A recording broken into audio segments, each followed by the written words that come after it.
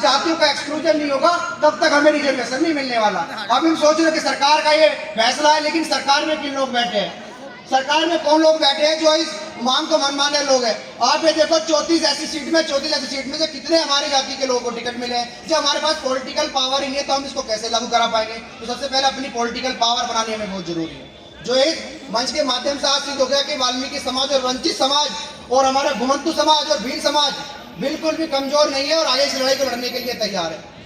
तो सबसे जो हमारी मांग आने वाले समय में होनी चाहिए, क्या आज ये यूएन में जाते हैं तो यूएन में सबसे पहले वहां पे बढ़ावा दिखाते हैं कि एक वाल्मीकि समाज का बच्चा जो मैनुअल स्कैनिंग कर रहा होता है, सीवर में घुसा होता है, उसको दिखाकर बोलते हैं कि भारत के बहुजन समाज की ये स्थिति है भारत में। लेकिन जब आज उनकी हक अधिकार की बात आई तो यही समाज के लोग हमारे आगे खड़े हो गए।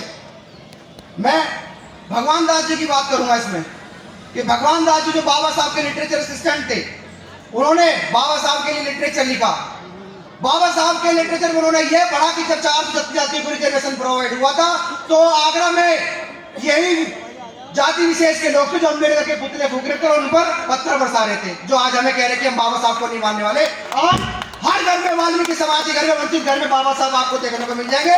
ये हमारी जीत है, यही हमारी जीत है, क्योंकि अम्बेडकर बहुत जरूरी है।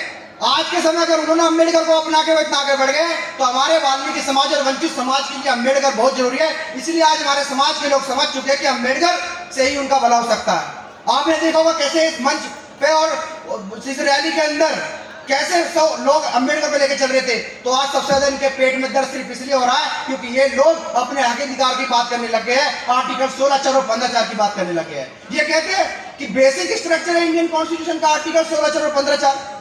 अब आप अगर 16(4) को पढ़ेंगे तो उसमें लिखा हुआ है एडुकेटली और इनएडुकेटली रिप्रेजेंटेशन। मैं विकास नरवार भाई साहब से यही कहना चाहता हूं कि जब आप इस रैली को निकालने जा रहे हैं तो इस मामले की पूरी जानकारी उनके पास होनी चाहिए। अगर जानकारी का अभाव होगा तो हम इस लड़ाई में जीत नहीं पाएंगे, क्योंकि हमें इसमें बताना होगा कि 16(4) क्यों जरूरी है। तो 16(4) में जब साफ साफ लिखा हुआ है कि अपर्याप्त रिप्रेजेंटेशन और पर्याप्त, जब हमारा अपर्याप्त तो रिजर्वेशन की जरूरत तो सबसे ज्यादा हम ही पड़ेगी। आप हरियाणा का मामला गुरनाम कमेटी देख सकते हो। गुरनाम कमेटी में 94 से लेकर 2005 तक के हमारे समाज के आंकड़े देख लिए, वंचित वर्ग कैसे उनके बराबर आके खड़ा हो गया। आंध्र प्रदेश में देख लीजिए आप मदिका जाति और माला जाति में कि उनके बीच में इतना डिफरेंसेस था जब क्लासिफिकेशन होने से पहले कि उनके बच्चे कभी तक पढ़े तो खूब लेकिन आगे नहीं बढ़े। लेकिन कैसे एकदम से जब सब क्लासिफिकेशन लागू हुआ तो 94 से लेकर 2005 तक वहां पर हमारे समाज के ऐसे बच्चों जो वाल्मीकि जाति और मिट्टी जाति के थे कैसे उनके बराबर खड़ोगे। तो सब क्लासिफिकेशन इसलिए जरूरी है। और ये अब की लड़ाई नहीं है। जो चंद्रचूड़ जो हमारे भारत के पूर्व सीजीआई थे, उनके पिताजी ये 1969 में इसको बात कर रहे थे कि जैसे ओबीसी में सब क्लासिफिकेशन हुआ है, रिजर्वेशन में ऐसे ही एससी में होना चाहिए। तो ये लड़ाई आज की नहीं है कि आज एकदम से लड़ाई हो गई सब क्लासिफिकेशन हो गया।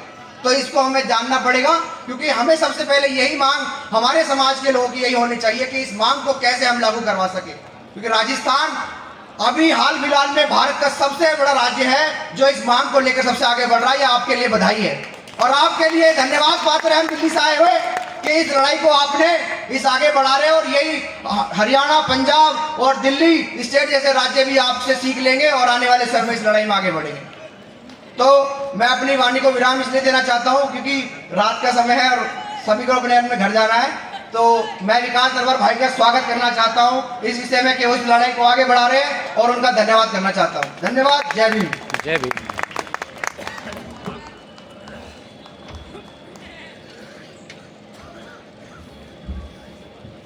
अभी आपके सामने